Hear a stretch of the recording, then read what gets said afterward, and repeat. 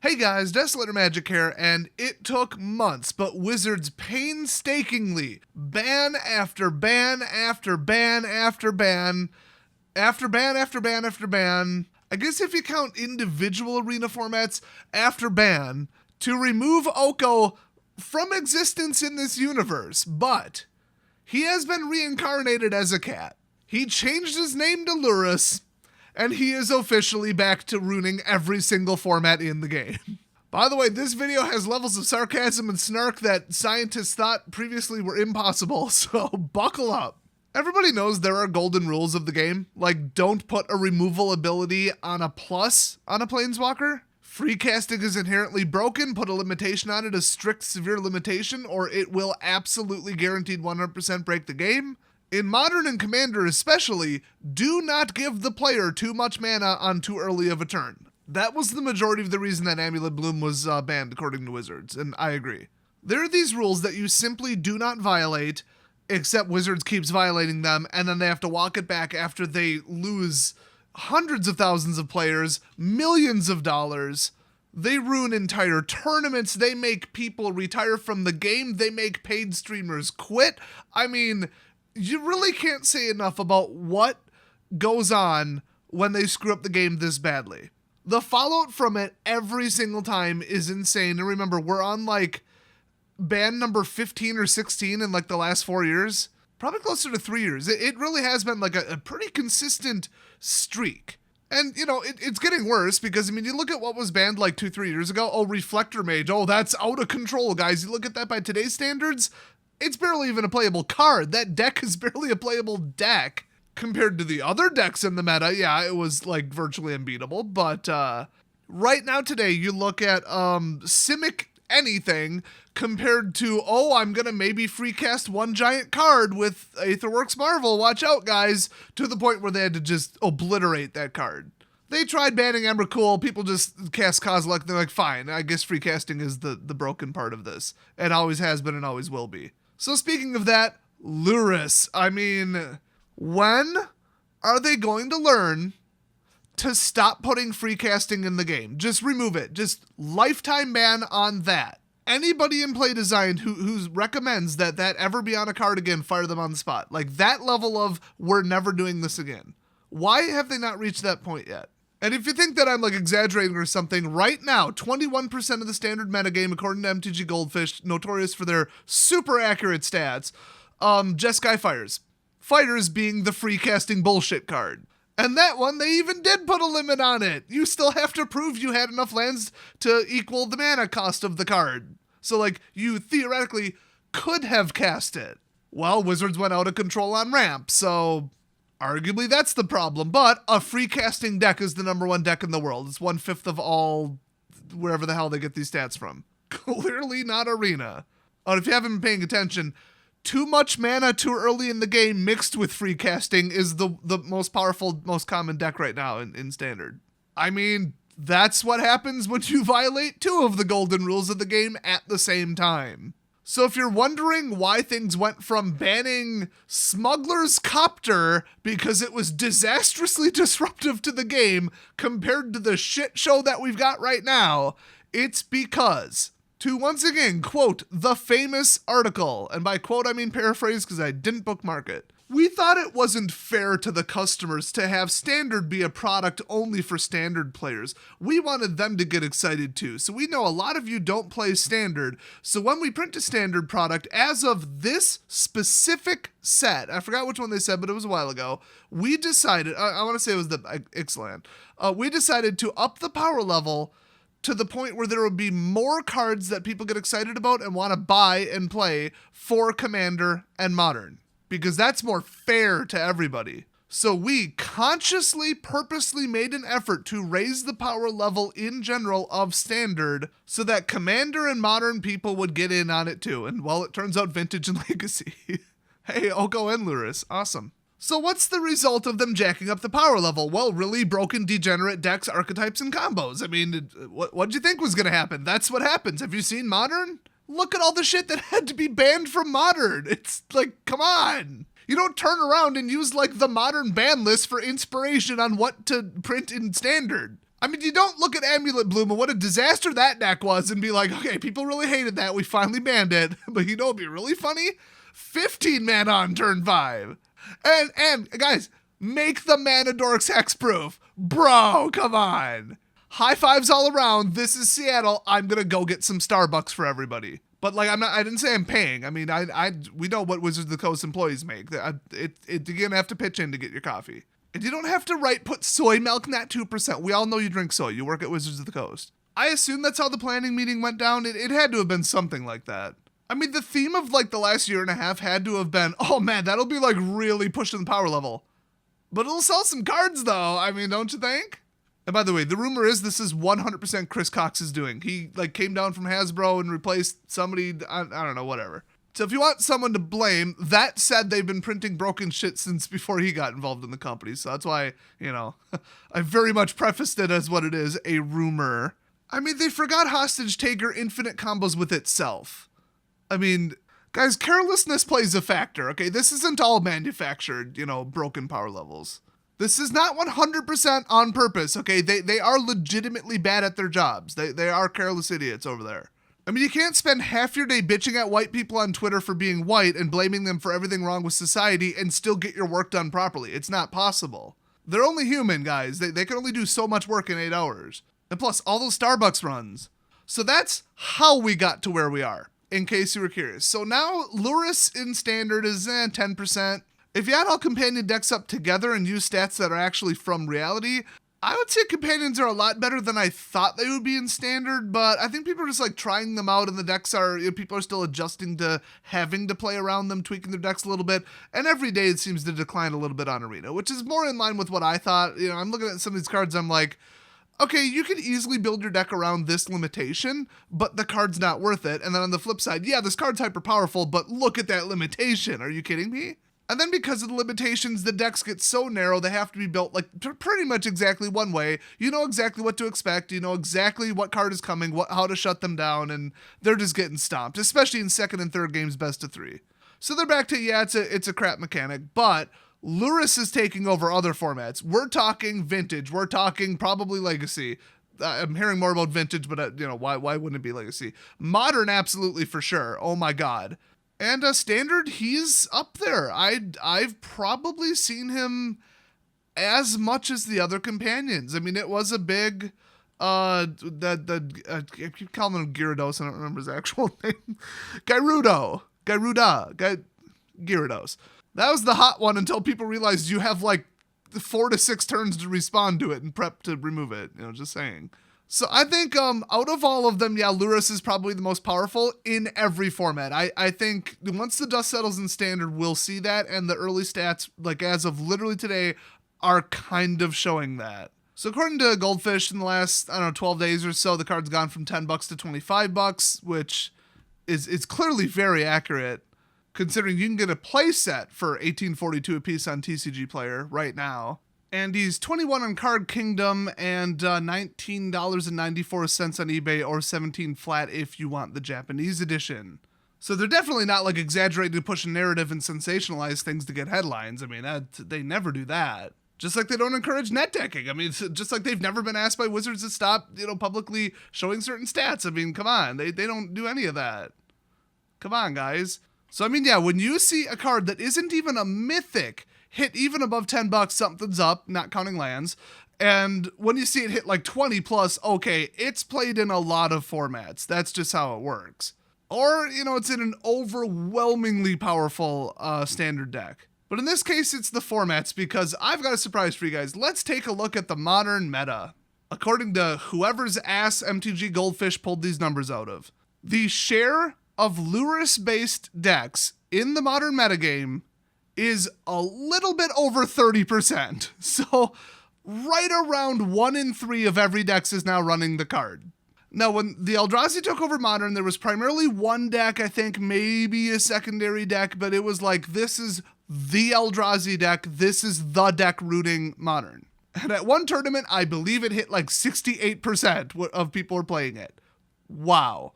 Here's how you know that Lurrus isn't just an anomaly. Oh, look at this combo, okay, it's Modern, shit happens. We've got Lurrus Jund, Lurrus Burn, Hardened Scales Lurrus, Lurrus Death Shadow, 4-color Lurrus. I don't even know what's in that. Grixis Sprite Delver Lurrus. I mean, when you can take over the top of the metagame, it's just by deck, like how many decks there are in the top, like measuring above 3% or whatever their thing is, it's half.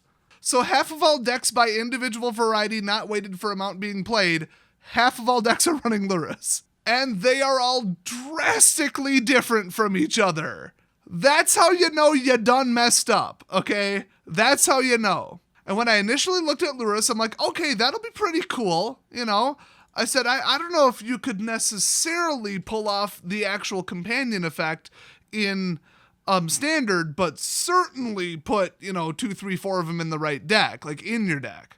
And people are saying, wow, you misjudged this card. I never do standard spoilers in the context of modern unless I specifically think, oh, that would do something in modern, like very specifically. Same goes for Commander, Vintage, and Legacy. That's just not what my channel covers. But I did later say, apparently the quote that nobody's pointing out, as soon as you open up the pool from like, what are we at, 1,800 unique cards to choose from in standard, and then you split it by color and you're like, pretty locked in, couple hundred cards to choose from, unless you're running 5-color, which is not like I haven't seen it. As soon as you open it up to modern, which is like somewhere around 10,000 to 15,000 cards to choose from, and then open it up to Commander, which is 26, 27,000 cards to choose from, yeah, it still caps at 2, but like, come on. I mean, if you can't find enough cards to make that work, I could name a couple cards from the last 5 years that cost 1 or 2 that are like horribly broken. Remember the like $33 black unkillable guy that keeps coming out of the graveyard? That would fit perfectly with a keeps coming out of the graveyard Lurrus deck. Ironically, that's not one of the decks that's in Modern right now. He was basically just an add-in to like modify decks, make them a little bit faster, more efficient, and then just keep throwing things that died back at the person and getting all kinds of ETB and death effects. It's pretty messed up. So he is virtually guaranteed to be banned from Modern, but people are already talking about Vintage and Legacy, specifically Vintage. Now, the, I guess, unofficial, is what we're going with, even though this is literally an official rule. Like, I don't know if they wrote it down, so if it's an unwritten rule, but let's just say it's a rule in Vintage that you don't ban anything. Now, that isn't quite true. I mean, technically, you've got every silver bordered card ever, and that's just like a by rule ban, but then they have, all 25 cards that reference conspiracy are banned in Vintage because they're conspiracies. So that's a by rule ban. Then you've got the 9 cards that reference playing for Ante. That's a by rules ban. Then you've got Chaos Orb, Falling Star, and Shahrazad. Chaos Orb and Falling Star, that's just they don't want physically throwing cards to be part of the game, shockingly enough. I've always said Magic needs to go full-blown Nickelodeon game show and add physical challenges, but guys, that would be too ableist for people who have physical challenges. And Wizards is too sensitive to do that. Also, they don't want a program having to throw, like, the physics of throwing a Falling Star on Magic Online or Arena. But Shahrazad, that I would consider a card that is just so annoying that they banned it. So in my opinion, there is one card that is truly, just because of what it is and what it does, banned in Vintage. So there is precedent to this, but what am I building up to here? Oh, you guys are going to love this. Mark Rosewater's blog again, guys, where we get the best inside look at what the hell kind of crazy shitstorm is going on at that damn company. So somebody asked him, hello, Mark. Was there any concern that if in the off chance a companion breaks in Vintage, which as an aside, let me just add, I have heard is happening. I don't follow Vintage at all, but people have told me, holy shit, Lurrus is wrecking that format too. I'll take their word for it. Too lazy to check. By lazy, I mean disinterested. And lazy. So if, in the off chance, a companion breaks in Vintage, there isn't really a way to balance it, since you usually only need one. Now, they're referencing the fact that as a policy, as a official, unofficial, unwritten, written rule, whatever the hell it is, you don't ban cards from Vintage, you simply restrict them. And if they're restricted, you can play 1 copy, not 4. It is the only format that does restrictions, despite many requests to do it in other formats by other people in the community. So as a policy, as a rule, they would restrict it, which would do nothing. So they're asking if, oh, wink, wink, if a card got out of control in Legacy, Vintage, what would you do? Because restricting it wouldn't do anything. And his reply was, Cards can be banned in Vintage, parentheses, if necessary, end parentheses, end quote. Everybody's acting like that's some big revelation, but like I said, silver bordered, anti-conspiracy, chaos orb, physical cards, like that. And then Shahrazad. I mean, how do you explain Shahrazad? It's annoying. I mean, they don't want the mechanic to be part of the game. You can make the argument that, like, as a self-contained rule, Shahrazad is banned in all formats, so that extends to Vintage. Okay, so if Lurrus gets banned in Vintage, in theory, depending upon your perspective, it would be the first card to be so powerful that it had to be outright banned in Vintage, just for its power level. Shahrazad was banned because it's annoying. So the meme going around, a lot of people on Discord joking about this. Oh, well, you look at like the restricted cards, which you're still allowed to play one of, but they're gonna like maybe ban Lurrus. So Lurrus, officially the most powerful card in the history of Magic, because, it would be traditionally considered to be Black Lotus, but you're still allowed to play one Black Lotus. You'd be allowed to play 0 Lurruses, and obviously that, it's a joke. But I mean, the list of horrifically broken, god-awful shit cards that would be more allowed to be played than Lurrus would be Ancestral Recall, Balanced Black Lotus, Brainstorm, Chalice of the Void, Channel, Demonic Consultation, Demonic Tutor, Dig Through Time, Flash, Cataxian Probe, Golgari, Grave Troll, hate that card, Gush, hate that card, Imperial Seal, Karn the Great Creator. Oh, that's right, they banned him. I forgot about that. Library of Alexandria, Lion's Eye Diamond, they should have banned that. Lodestone Golem, Lotus Petal, Mana Crypt, should ban that too. Mana Vault, Memory Jar, Mental Misstep, Merchant Scroll, Mind's Desire. Monastery Mentor? Really? How did I not hear about that? Mox Emerald, Mox Jet, Mox Pearl, Mox Ruby, Mox Sapphire. Are you sensing a pattern here? Mystic Forge, Mystical Tutor, Narset Partner of Veils. I almost forgot about that one. Necropone's Ponder. God, I hate Ponder. Soul Ring, Strip Mine, Thorn of Amethyst, Time Vault, Time Walk. Time Walk, guys. Time Walk, for God's sake. Lurrus is worse than Time Walk, confirmed. Time Twister, Tinker, Tolarian Academy, Treasure Cruise. That one is just, I'll never get over that one. Trinisphere, Vampiric Tutor, Wheel of Frickin' Fortune, Windfall, and Yawgmoth's Will. But no, Lurrus. Lurrus is miles ahead of all these. And as much as that's a funny joke, the fact is, if he's part of a combo, you don't have to draw him. I mean, how could I possibly put into words how overpowered that is in any format?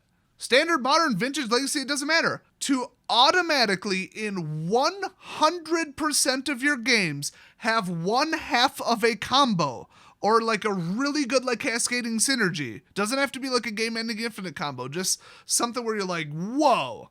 To confidently have available one casting, one instance, effectively one card in your hand that can't be removed from your hand. Just the availability of the companion card 100% of the time as an extra 8th card, because in your opening hand when you start the game, to call that consistent would be an understatement. So I actually do think that if it gets banned from Vintage or Modern, it is because of the power level of the fact that you don't have to draw into it. You don't have to start the game with it. You don't have to fetch it. You don't have to scry into it. You don't have to draw into it. Nothing. It's there. That is inherently a really, really stupid design choice by Wizards. That's my problem with all of these cards and the mechanic. And I think everybody who really knows the game, knows Math, studies the game, has built tons of decks, played every format.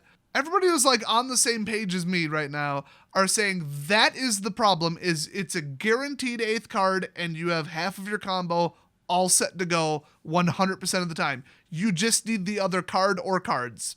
That and free casting. I mean, recurring free casting that costs nothing, it's automatic. I mean, come on. But a kill spell removes it. That has never, listen to me, you assholes. That has never been a reason to not have a card be overpowered, okay? Yes, Scarab God was annoying because you literally could not get rid of him from play. It was practically impossible. That's why he was so broken. But there are plenty of game-ending cards with no hexproof, no evasion of any kind that still drop in and still win the game, okay? Just because you can cast a kill spell or an exile spell or whatever the hell, or counter spell and get rid of it, does not disqualify it from being a game-ruining disaster of a card. Not everybody in every deck at every time on every turn in every game in every match has a removal spell ready to go. I don't know if you noticed that or not.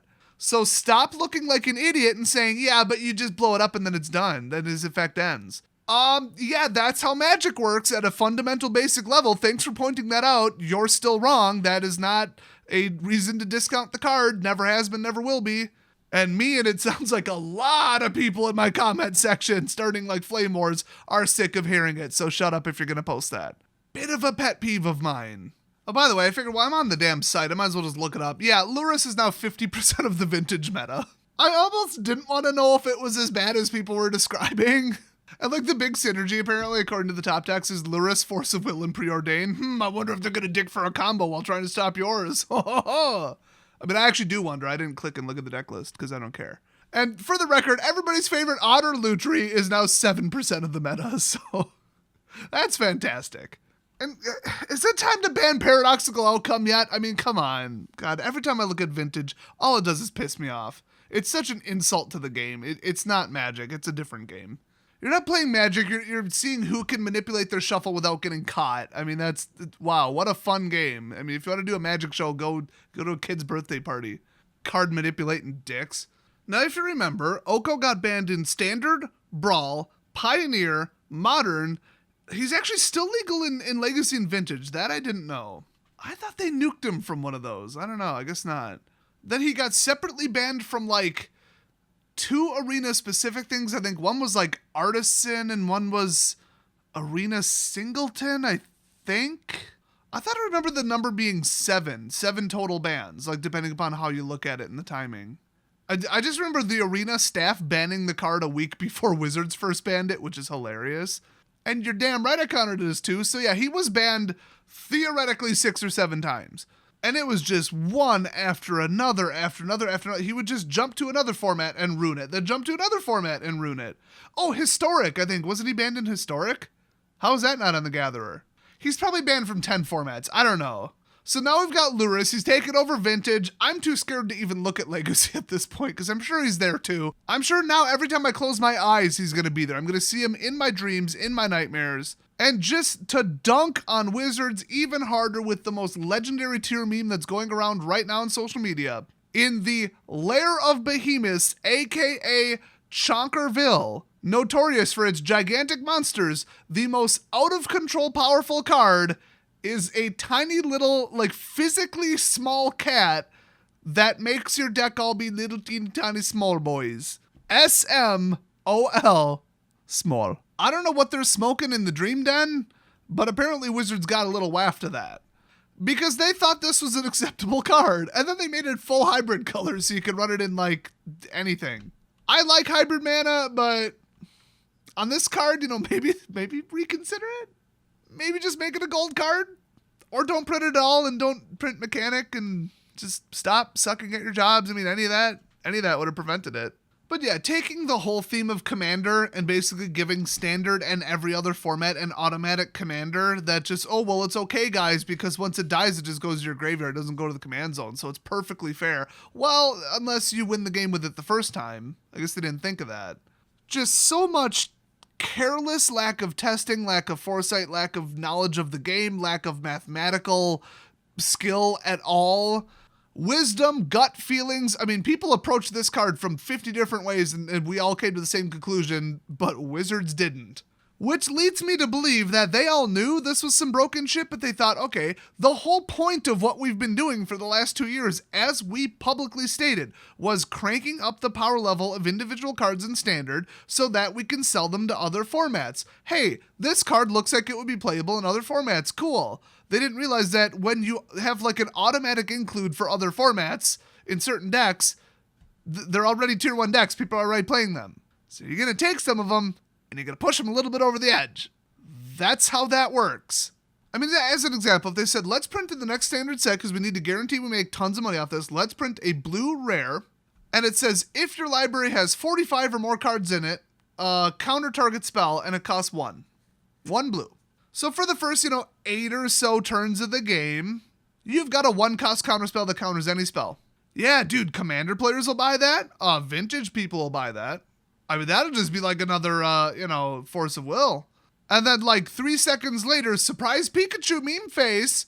Oh shit, nobody can get anything to resolve in any format. How did this happen? What the hell, guys? I just thought we'd just sit here and collect money and it wouldn't actually affect the format, despite being designed for every other format. It's like they don't even know how cause and effect works. I'm starting to think that people in R&D there don't even know what object permanence is. Like, they're at, toddler level of stupid. Maybe some of the less intelligent apes, because I know, orangutans and stuff, they can recognize themselves in a mirror.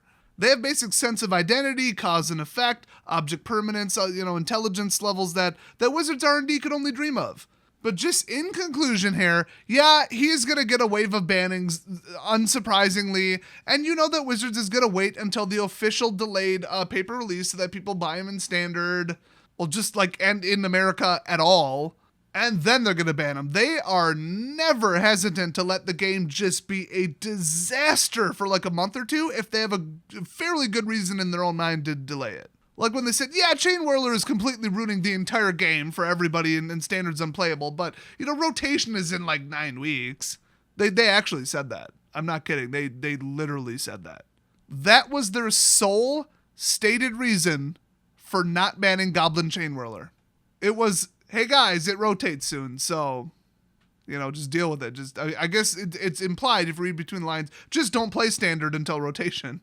Because we aren't going to do shit about this card. That's what started killing standard. That's why they had to start printing these overpowered cards for other formats, because nobody plays standard anymore. Because they slowly killed it with careless overpowered shit, and now they're printing purposely overpowered shit. This is what happens. Lurrus and Oko are what happen when you take money and prioritize that in the short term over the quality of standard and a safe, consistent, reliable, future-proof, playable, affordable, friendly standard format. If that is not your priority and you put money ahead of that, you're going to get Oko, you're going to get Lurrus, and you're going to get whatever god-awful hell we're in for in Core Set 2021, which, let me remind you, is themed on Teferi. Oh, pardon me, I just threw up on my mouth a little bit saying his name. And, with Wizards' social tendencies, which they put ahead of everything, their own job, common decency, logic, corporate image, public image. No, way more important than that is SJW bullshit and diversity. And what do?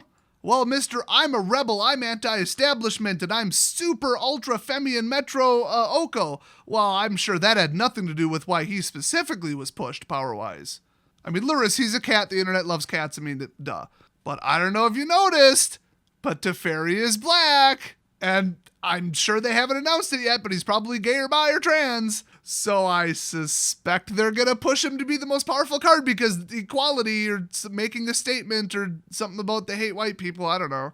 Basically, in their minds, this is like the inner workings of an SJW Seattle person. Making a hyper overpowered Teferi Planeswalker and then putting him on the front of the box and having a whole set named after him, basically. And then having the mythic version of him be the most powerful card you've ever seen in your entire life, ruin the entire game, that single-handedly makes up for slavery. In their minds, that makes sense, because these people are clearly sick.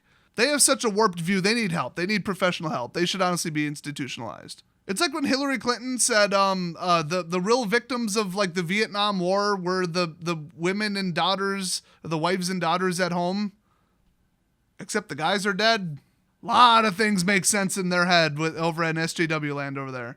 If you don't like me bashing these society-ruining liberal lunatics, get the f*** off my channel. F*** you.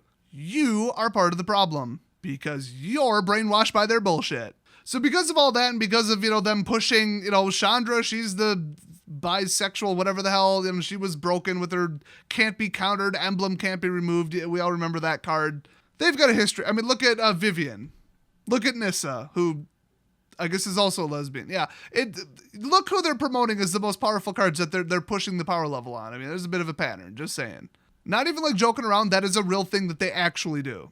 So I can't wait for Core Set 2021, guys. It's going to be the shit. It's going to fix all of our problems in standard, and we're totally not going to see another Lurrus. The best thing is, half this shit is going to survive rotation.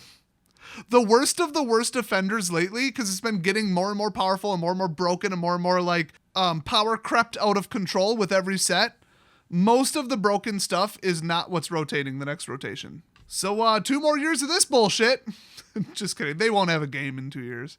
Subscribe to my second channel, Desolator Gaming, for when this game finally collapses, and thanks for watching. That is my little mini documentary full history on how Lurrus came about, why he's breaking everything, what he's breaking, how he's breaking it. We hit the whole shebang this time. If you liked the video, leave a big ol' like on it. Thanks for watching, and I'll see you guys next video.